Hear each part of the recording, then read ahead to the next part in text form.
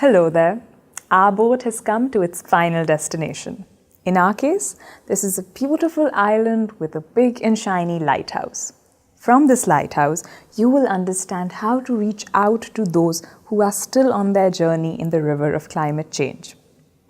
Effective communication enables open dialogue, confidence building, consensus, and ultimately, behavior change. Communication is the transmission belt between knowledge creation, information dissemination, and action planning. However, communicating climate change, particularly adaptation to climate change, can be a difficult task. Our map, the LEC Technical Guidelines, recognizes the important role of communications and recommends that each country design a communication strategy for climate change. The guidelines provide us with some overarching principles on communications. 1. Target the general public. For example, this can be done by incorporating climate change into education curricula. 2. Create a climate-aware citizenry. For example, by sharing useful information that relates to the needs of the people. 3. Perpetuate a positive knowledge cycle. By creating feedback loops from evidence and lessons learned from monitoring and evaluation, and effective communications to inform the NAP process. The data and information gathered through the NAP process, especially from M&E, can be repackaged and shared through supportive communications to build stakeholder engagement and promote behavior change. The Kingdom of Thailand went through the NAP process and established several institutional arrangements to address climate change, including a National Adaptation Plan and Climate Change Master Plan. Thailand then found that the level of climate change awareness and understanding remained low across stakeholder groups. This is why Thailand's Department of Environmental Quality Promotion at the Ministry of Natural Resources is preparing a national climate change communication strategy. Greg Benchwick leads communications on climate change adaptation for UNDP. Let's hear what Greg has to say about building effective communications for NAPs.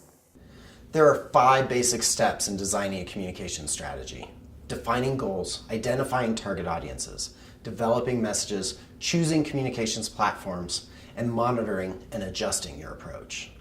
Let's start from the beginning and look at how you can define specific goals for your communications work. These goals will in large part drive the way you target and share your messages. You may start this process by looking at monitoring and evaluation goals and outcomes. Say, for instance, underscoring progress toward achieving your nationally determined contribution. But we'll also want to include broader goals, such as changing local attitudes toward climate change, building greater support for ecosystem preservation in small villages, or more effectively engaging with financial decision makers to increase spending on climate actions. Once you have these goals in mind, you can start thinking about who you want to reach and how you want to reach them.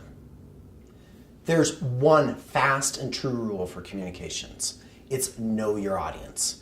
In the case of adaptation planning, target audience could include various ministries. We're not just talking about the Ministry of Agriculture. Everything interconnects. So engagement with the Ministries of Finance, the Ministry of Energy, and so on will be just as important. Other political actors, let's say senators, local leaders, tastemakers, and important members of civil society, they'll also be important in driving these communication strategies. Depending on what goals you've come up with, it may be important to extend your target reach to include the general public, farmers, and brand champions from both the public and private sector. Think of Michael Jordan, or the president, or local union representative. Once you have these people on board, you can expect to amplify your messages. We're not just talking one-fold, we're talking tenfold.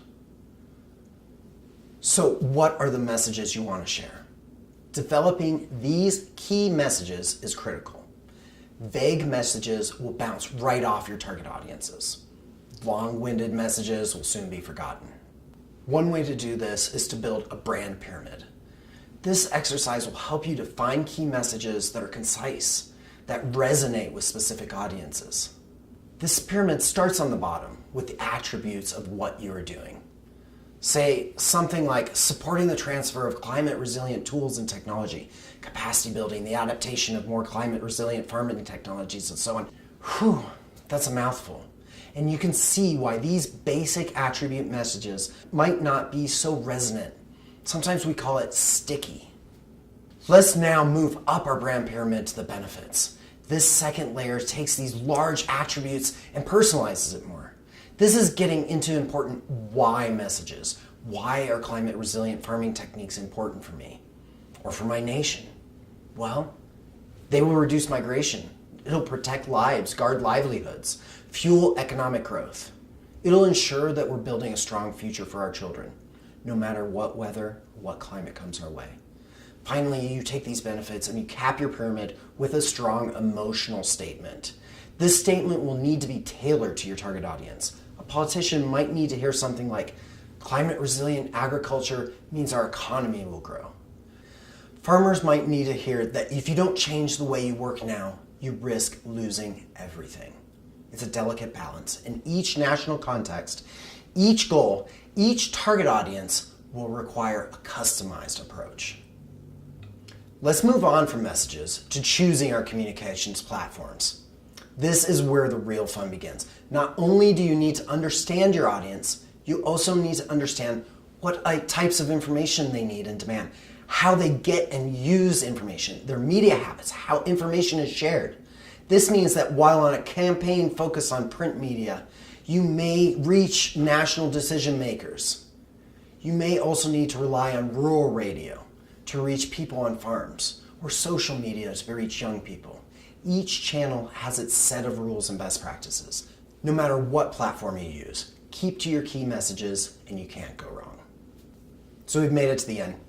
We have our goals, our audiences, our messages, and our channels all laid out. Now it's time to monitor our work and adjust approaches. Effective monitoring of message penetration, community sentiment, earned media, and other indicators will help us adjust our approach as we refine our strategy.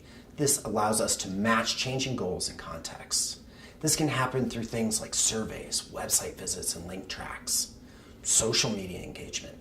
The information gathered can further our communication strategy and feed back into this policy and planning process. So while many people would consider this communications a dark art, if done right, you can use data to inform better practices and create positive loops where you gather input from key audiences and adjust your message and your dissemination strategy accordingly. In the end, it's really about knowing your audience and reaching them with the messages that build an emotional connection. This will support you in creating more effective adaptation plans. In the end, it's not just about winning minds, it's about winning hearts. As Greg underscored, there are 5 key elements in building a communication strategy.